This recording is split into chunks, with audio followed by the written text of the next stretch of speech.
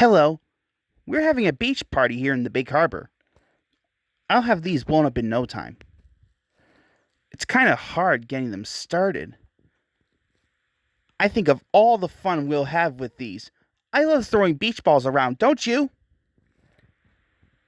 It's just a little harder than I thought it would be. Oh, look how many I have left.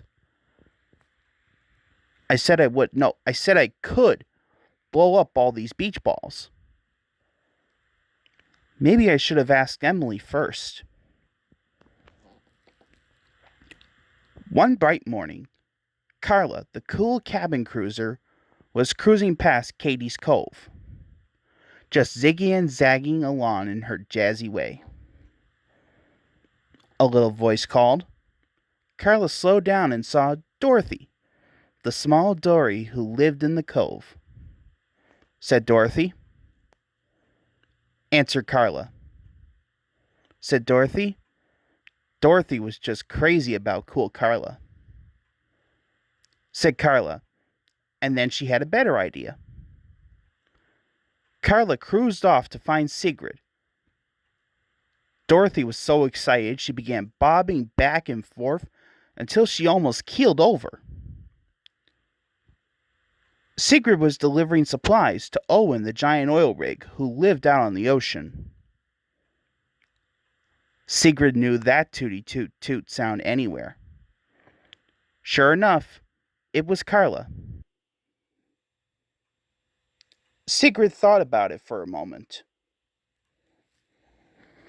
She said, smiled Carla. Carla found Emily in the harbor moving a ship with Theodore. Said Carla out of breath. Carla added slyly. Emily smiled. The sun was beginning to sail over the edge of the ocean when Carla and Sigrid arrived at Katie's Cove. Of course, Dorothy was waiting for them. Just then, they heard a tugboat's whistle. Said Carla. Said Dorothy. Suggested Sigrid. She loved to race, and she usually won. Said Emily. Said Dorothy.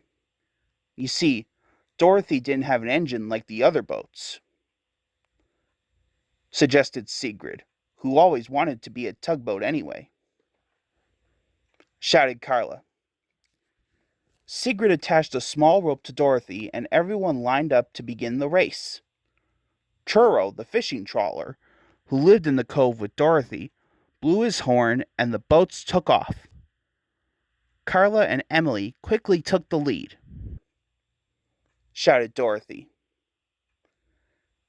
Sigrid could go much faster, but she was afraid of going too fast with Dorothy behind her. She called to the little dory. Shouted Dorothy. As soon as Dorothy said that, she wasn't so sure. Sigrid poured on the power and quickly caught up to Carla and Emily. Dorothy wobbled along behind Sigrid like a little toy boat on a rope. She said, shouted Sigrid, slowing down. Said Dorothy, all out of breath. Called Carla, looping back. Said Sigrid. Suggested Dorothy. The little dory had never been before, and she always wanted to go, especially with the bigger boats. Said Emily. Said Carla.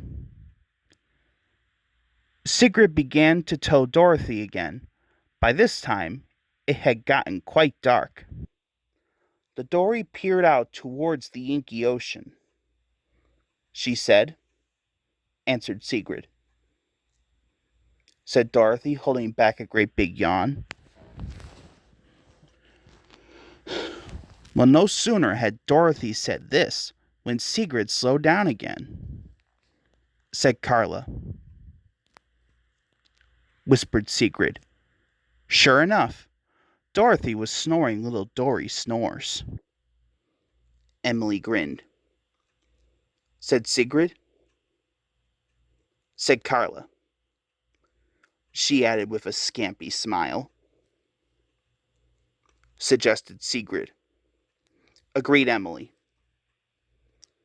The three boats tied Dorothy safely up to her dock beside Truro and once more headed off into the night. Chirped Carla. The three boats soon saw the grim outline of Shipwreck Rock rising up out of the ocean. Said Emily. Whispered Sigrid. Said Carla with mischief in her voice. Said Emily. She wasn't scared. Said Sigrid. She didn't want Carla to think she was scared either. She added. Said Emily. Giggled Carla.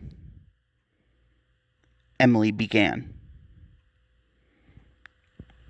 Well, it wasn't long until Sigrid was sorry she said she wanted to come out to Shipwreck Rock.